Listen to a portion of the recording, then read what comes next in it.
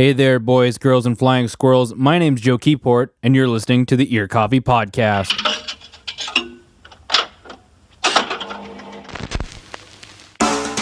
This week, I talked to the Minneapolis folk rock band, the Nokturnal North. One of the things that piqued my interest about this band is that they have a manager that serves as a more traditional producer. Brian Shields serves the Nokturnal North much like Sir George Martin served the Beatles. He works to arrange, write, and craft some of the band's music. Here's a clip of Brian talking about working with the band's primary songwriter, Joe Norton. When we're working on writing songs and getting to that moment where we're getting into the studio, and even when we're in the studio, we probably talk on the phone probably at least a dozen times a day, just going over what the songs are and how they're going to sound, and really just trying to make it so that the vision he's casting, I understand, so that when we get in the studio, we already have that shared vision of what we want that song to look like before we come back, and we have to say, wait, what are we actually doing here? What do we want? Coming from the perspective of a Steve Albini worshiping audio engineer, it was really fascinating to talk to a band who has someone who functions in a more traditional producer role. We also discussed their forthcoming record. Brian wasn't quite willing to give out the album title or release date yet, but Joe did say we can expect the new record in early 2019. This is my chat with the Nokturnal North here on the Ear Coffee Podcast. Why don't you go around, we introduce ourselves, who we are, what we do. Yeah. Sounds good. I'm Joe. I am the guitarist, keys player, and singer. No, I'm not the singer. I am Joe. I am the songwriter, guitar player, and keys player. I'm Brian. I'm the producer. I'm Joel. I'm the drummer. No. And then there's two more members that aren't here. We have... Yeah, so we have Kira, who's our lead person and our singer, and Sam is our bassist. Okay.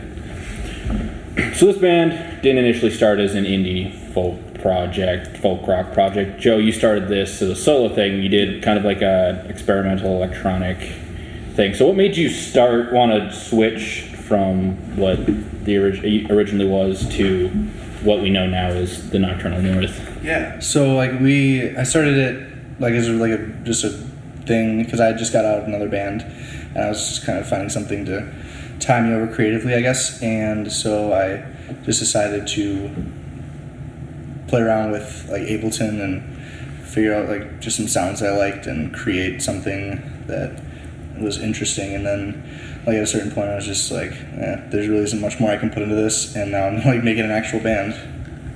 Can you find that initial project somewhere still? Or yeah, it's on Bandcamp actually, and it's Nokturnal without a K, it's with a C.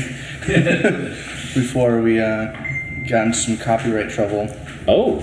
Well, it wasn't really trouble that we created. Okay. We had the copyright of the name first. Yeah. And I think it was Kira who said that she wanted just to switch to a K instead of fighting the other band over it. Oh, there's another Nokturnal North? Yes, in Arizona. Okay. They don't deserve that name at all. The Nokturnal North in the South. In the South. Did they try and get you guys to switch? Or? No, they had gotten a lot further and more popularity than we had, but I had the copyright technically. Okay. Hey, that works. Yeah. So before everybody you expanded into, it'd be now 5 members, yep. 5 members. It was a trio. It was Kira, you had an acoustic guitar player, and then it was yourself. Mm-hmm. Why did you expand from the initial, kind of the trio? Just because if you're thinking indie folk, you'd think kind of a small kind of duo or trio.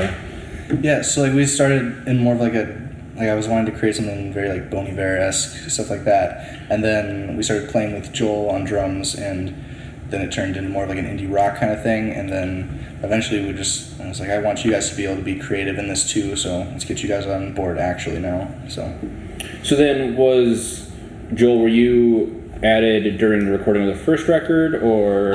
Yeah, so after the first couple shows they said they wanted to get a drummer in, and so I recorded with the first album and did several shows around that time and been with ever since. So. And then I'm guessing Sam was added around recording time too, or was he? That was actually pretty recent. We started playing with him. That was back in March, I think. Yeah, March, February. We had done a show with him last fall, but he didn't actually. Yeah, we did Okay. one. But then he didn't start playing with us regularly till this spring, and then he recorded this last album with us that we're working on. So he's now with us as our bassist. Gotcha. And then, so you serve primarily as a producer and a manager, or? Yeah, kind of like a mix between the two, audio engineer and all of those other things. Originally, Joe brought me on to help to actually mix the first record. That was all that my involvement was at the time, was just to mix that album, master it, make it what it is now. And then this spring, we decided to change things up a bit and make it more official, which is nice because then it allowed for me to do some of the more business things and allow for Joe to take some of that weight off and allow for him to just be the creative side of things. I feel like it allowed you to be a lot more creative, kind of forming our sound as well, instead of just being like, well, I'm going to do what you want and, try and make that happen. But now it's just more like, well, I can take my influences and actually turn them into something too. Because you do a lot of like catch-all stuff as well. Because like when Wes and I, the other member of Your Coffee, came to your show at the Depot a couple weeks ago, you were doing like front of house and you built the stage as well. And so you just kind of fill in anywhere, and you even filled in on stage. I have a background in piano. I did that all the way through grade school, and so it was nice just to be able to. It's nice for me to just be able to play on a few songs right at the end of the set, just to fill the sound out a little bit more. But I obviously don't want to play for the entire thing because I like doing front of house and just making sure that the pocket for what our sound is really fits the space. So it's good to be able to juggle multiple hats and allow it to all just kind of fall into place, and it works out well. So moving into your debut record, Farewell Midwest, which was released in January of this year, it was described, the way you guys describe it online is it's an ode to the region. So kind of just talk me through writing it and recording it, and like how we can start with just writing and recording it. Did you guys write it as like a concept record, or was it written as just? I think eventually kind of morphed into one in my head, but it wasn't ever intended to be one. It was kind of just, it felt more of like a compilation of the songs that we were playing live that were popular. But then like we just kind of took those and filled in the gaps and kind of made it, I guess, to tell a story, I guess. But So is it just, Joe, is it just you who wrote it, or did you write it with, was it written as or did the original trio write this? So I wrote, let's see here, I think 6 of the tracks, and then a former member wrote 2 of them. And then, so on this new record, did Kira, I remember mentioning at the show, she wrote one of them on the way to the initial tracking process? Yeah, so we, that's a fun story. The last day of recording, we were just like finishing retracking, getting everything set, because she was leaving for France. She was studying there for like 6 months, and that's kind of like sparked the name Farewell Midwest, is, she was leaving, we were taking like a slight hiatus, and so she wrote the lyrics for it like on the way over pretty much, and we just kind of sat there for like an hour working on melodies and progression for it, and it ended up being nice. So since the release of that record, how do you think it has aged? It's about 8 months old, so it's not like old, but it's definitely been played, and audiences have seen it, and obviously audiences have heard it. How do you think that record has aged / the response for that has been for you guys? I think for us, it's shown us how much we've grown since then. Just still doing those songs live and working through our second record has just allowed us to just kind of see what that record was to us. So I think it shows, first of all, just the immense growth that we've created as a band since adding Joel and Sam on, and even myself, since we released that record, just to be able to create that chemistry, create that environment of what our sound has really become. Because those songs still sound the same, but I think they just sound more full and more ready. when we play them, rather than they were 8 months ago. And so I think it's aged well with us. I think it shows where we started, and I think it also gives us a good direction of where we're going. Yeah, it feels really old to me. If it does. Because just these songs that we've been working on for this new album, like they've been in my head for forever, and like it's just like that old record feels like way back. So. No, it's interesting how you feel about music you've written or recorded after even something as short as 8 months, because like I've talked to I don't know if you know the band Calvin Heights. I talked to Brett Carey and Jordan Whip a little bit about their new record, and they just, the fact that it's a world away, it's a lifetime away, that their previous record, is that something just kind of how you feel about this? Does it feel almost like a lifetime away, or? I feel like as soon as that came out, I was immediately it just slipped my mind, and I was working on new stuff and trying to be better than what that was. Because in a lot of ways, I feel like I came up short. The record's great, and I really like what we did, but I feel like in a lot of ways it could have been better, and I feel like that was on me in a lot of ways. And so I'm trying to get what I want out of this new one. So then moving kind of forward.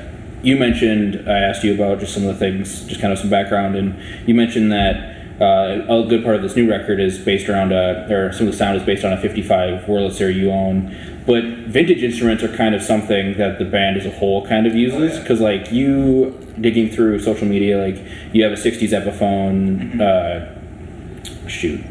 what is it? Is it Epiphone Core? I get the Wilshire. Wilshire, okay. Yeah, and then I know Sam plays vintage. She's got some vintage Fender basses, and he's got a 70s P bass and then a fantastic Ampeg that just sounds so good. Yeah. And then is that bassman you were playing through at the show? Is that a vintage bassman, or? Yeah, 68. It's fantastic. I can sit here and talk about gear all day, but I don't think people want to listen to that. That's fair. Yeah. So, do you think these vintage instruments influence the band's sound or writing? Absolutely. So, can you? And then that drum kit you were playing at, is that yours as well? Is that a vintage drum kit, or is that? It's vintage style. Vintage style. Okay. So how do you think these instruments have influenced the way you write, or the way you play, or the way your band sounds? It's hard. I know it's hard to maybe put into words. For sure. With the guitars I have, because I've been playing the 69 Jag I got it back in January, and instantly just became my number one. And I think that's another big part of the sound of our new album is me playing the Jaguar versus the Wilshire. I just think it fits better.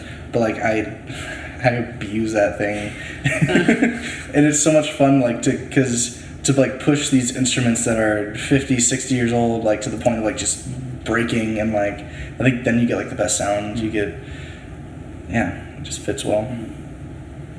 So with this new record, do you guys have a title for it yet, or are you keeping it under your hat still? I think we're keeping it under our hats for a little bit. That's fair. Yeah. So was this written more collaboratively? Was more input from the band members, or was this still kind of these songs were sitting in your head and you kind of they had input, but they're still kind of your baby? Writing them, I feel in a lot of ways formatively they came just straight from me, and I was. Initially, I was just kind of telling these guys what to do. I mean, Joel, how do you feel how much do you feel that you... I feel Joe kind of has a vision, and he kind of knows what he's he's kind of has something he's looking for, but, just to have somebody, because we're bringing in Sam and myself into the project and allowing us to kind of fill out and feel, what... Because, Joe doesn't play drums or bass, really, so, can't say, hey, play this or do this, groove or whatever. And so I think, it's kind of Joe's vision, and then, the rest of us kind of feeling that out and, helping kind of bring that to life. Yeah, definitely from a producer standpoint, just to watch Joe write the songs lyrically and then come up with a melody line, and then just watching Sam specifically in the studio, just be creative. Mm-hmm. I think it took a good 6 or 7 runs through almost every song for him to find a bass line that he liked, and it was great because each one that he just got better with it, and it just grew into just a fun fun collaborative way of doing it, because it allowed for Joe to write the song, to do that part, which I know that he enjoys, and then it allowed for Sam and Joel just to step in and find the groove that they liked that worked with the song. And then Kira comes in and sings her part, and it all came together really nicely. So I'm really happy with because the process that we have, I don't think is normal. I don't think that a lot of people do music the way that we do music, but I think it works really well for us because it allows for each of our creative minds to pour into the project, and we can really own each of the parts that we have. So you said it's not normal. What do you mean by not normal? Just all of the live tracking that we've done for this record has. I don't see many other people doing that now, just because I see a lot of people just taking instrument by instrument, and we did so much of it as one giant chunk all together, which just allowed for everything just to groove really well. So I'm really excited for what this record will become. Yeah, I mean, we, as like all the three of us, especially Sam, Joel, and I, have just like such a great chemistry when we play together. I mean, Joel and I have been playing together for what, like 6-7 years now, something like that. Something like that, long time. Quite a while. And Sam's, I haven't played with Sam for a whole lot, but like he instantly just found a spot in it, and it worked great. So that's kind of why we made the decision to start live tracking. It's just because we found a chemistry that we didn't have before.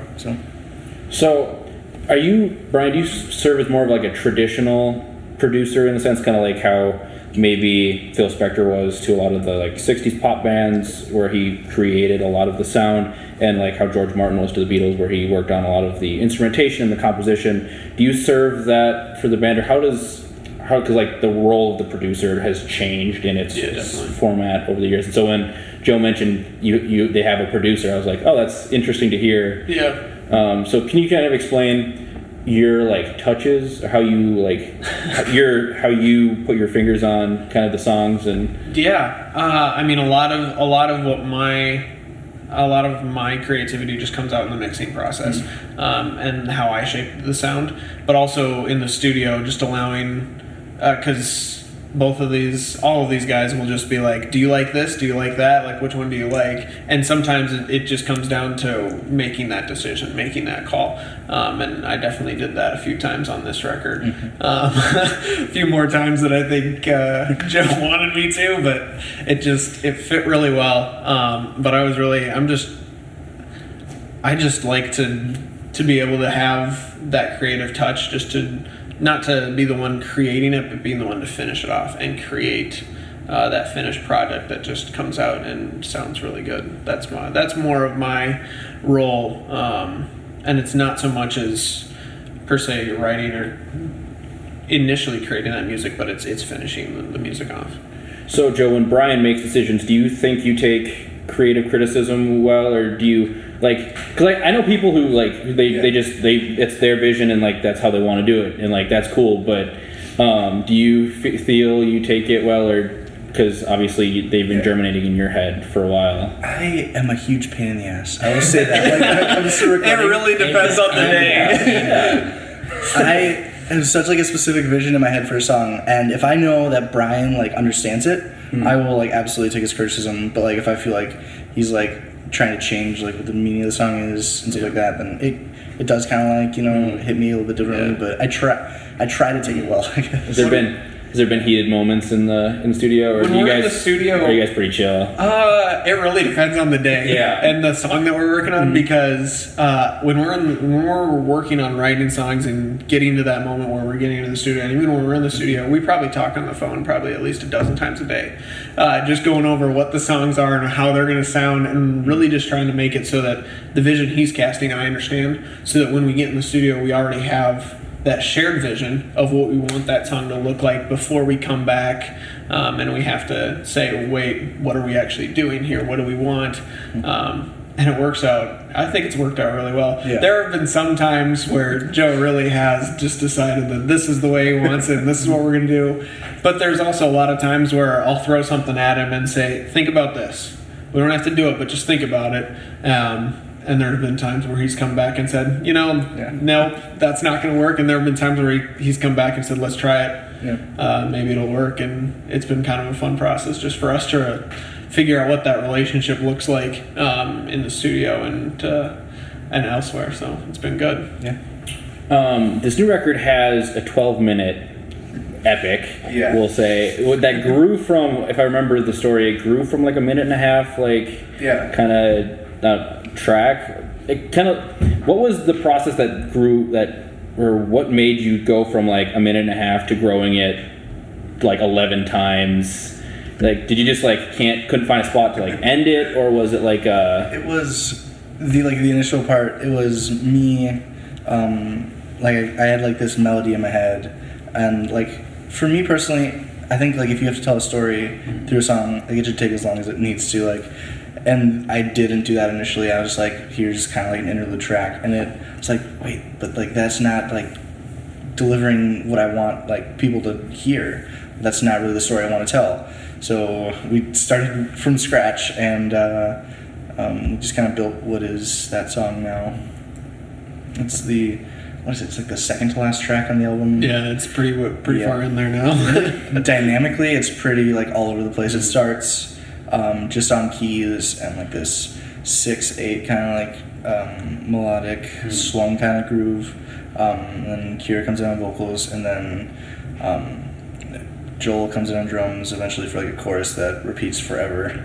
And it just builds from there, and I love it so much. Then like the last 4 minutes of it is just me on the whirly, which is my piano that I love so much and I write pretty much all of our music on. And just a few fun Strymon pedals, turning knobs, making cool noises. so just kind of like, is there a way you can condense, maybe not condense, but like what's the story you're telling with like a 12-minute track? Because you can cover a lot of ground in 12 minutes. That song is a lot about kind of like the ending of something that you knew like was unhealthy, like specifically in a relationship, but like something I guess you didn't really want to end. The track is called Funeral Pyre, and I think in a lot of ways like that represents what it's supposed to be. Like the title, a lot of my songs are not like that. Like the title is a little more cryptic, but I think that one, the title of it puts it right on the nose. So, what is some of your favorite tracks you guys worked on this album, like individually? Because obviously you're not going to have one big favorite one, but everyone's got their kind of their moment. Yeah, Joel, go ahead. Well, we have this one track called "Before You Go." It's a little different than the rest of them. It's so much fun to play, but you know, in the studio, if you trip up one little time, got to start over. And boy, I felt that. I really felt it on that one. It was, I said, it's almost like a love-hate relationship with this song. It's fun to play, but you can only play it so many times in one day, you know? Yeah. It's like the tempo's like 180, and it's like it's almost like a punk rock kind of feel in our own way. So that's kind of like as punky as we get is that song. No, it really is. It's kind of drawing like from the earlier influences, because Brian actually wrote like the lyrics for that song. That's like the one song that Brian wrote, and like him and I, we were sitting in my basement one day, and you were supposed to, what were you doing here? I don't remember. We just started messing around on the whirly and came up with a melody line, and then Joe picked up his guitar and he figured out some sort of riff that just went with it. And from there, like, the song changed probably 15 times in the course of the hour that we wrote it to get to where we were. But it just kept progressing into something that just, I don't know, where it fits in the album, it just fits as like this turning point in the story of the record. And I'm really excited for how it's just going to sit there and just allow for that turning point to happen in people's minds. But yeah, I think my favorite song that we've been working on, we've actually started playing live already, is You Destroy Me. Yes. That's just because it grows so well, and Kira she fits that song so well dynamically, because she rises up at the end, and she's belting it out. And it's awesome. When we play it live, it gives me chills, and it's just one of those songs that just allows for everything just to come together, and we're on almost every time that we've played it, and it just feels so good to play, and I really like that song. Yeah. That's one of like the first songs that I wrote for this record, because we'd started playing that one live like back in January, and we didn't even track till May. It was May when we started tracking. I always think that that's on the last album, but it isn't because Because we've played it so playing it for much. so long, and so like at this point, it exactly like Joel just said, like it feels old now for me. I'm not a huge fan of that one anymore, but it is fun to play live. My personal favorite is the third track on the album called Winter Waves, and I feel like that just sets the tone for the record in a lot of ways. It's like this song, in many meanings, like it just set what everything else was going to look like. Because that was the first song we tracked, and very intentionally I chose that. It's kind of like this post-rock kind of feel as it builds. It starts just on electric and like this melody line that I don't even know. I think I got it. I was like listening to a Young the Giant song one day, and like I was trying to replicate it, and then it didn't. Like it turned into something different, and I was like, God, this sounds really cool. And just kind of so Young the Giant kind of inspired that one a little bit, at least the guitar part for it. Does this new record, is this kind of like a concept-y kind of thing, or are they all written around one theme? Because like You Destroy Me, song titles like You Destroy Me, Funeral Pyre, you sent me, like Love Letters, You Are No Vacation. These kind of seem like maybe written from maybe not hurt, but like something along that lines. Do they all kind of fit into this one story arc, or are they just a collection of stories that tell? I'm not going to name any names, but the song is based like heavily upon like one relationship I had with this person, and like as soon as like I kind of I don't know how to say it. Things started getting rough. Yes, things started getting away. Brian and I had taken we'd taken a trip to Chicago. We did, and it wasn't like intentionally for. This was back in like March. Yeah. And this wasn't intentionally for like the purposes of like trying to come up with more stuff for the album, but it was kind of more and again unintentionally it was kind of like healing for me in some ways. Brian and I have been good friends for a while, and like we just after like the end of this kind of filthy relationship, and it was great, and that's kind of like where a lot of those songs came from, was on that trip. And we also took a trip to New York over a weekend to get the Wurlitzer. We drove to Upper Manhattan and back in 48 hours. Oh boy! To buy a Wurlitzer, and that trip also like that kind of cemented a lot of those songs too. Yeah. So what do you guys have going on in the future? Like you guys have been playing a bunch of shows recently. I shouldn't say recently, nonstop from what I can see. You guys are always playing shows. You played a couple of months ago. You played with Yam House, which those guys are blowing up. Those guys are great. You play all over the state of Minnesota too, because like you were in Duluth one night and then you were in St. Paul the next. Like That was fun. yeah. See if we do that again. It was just 2 very long days. Yeah. But it worked out. What do you guys have planned coming up?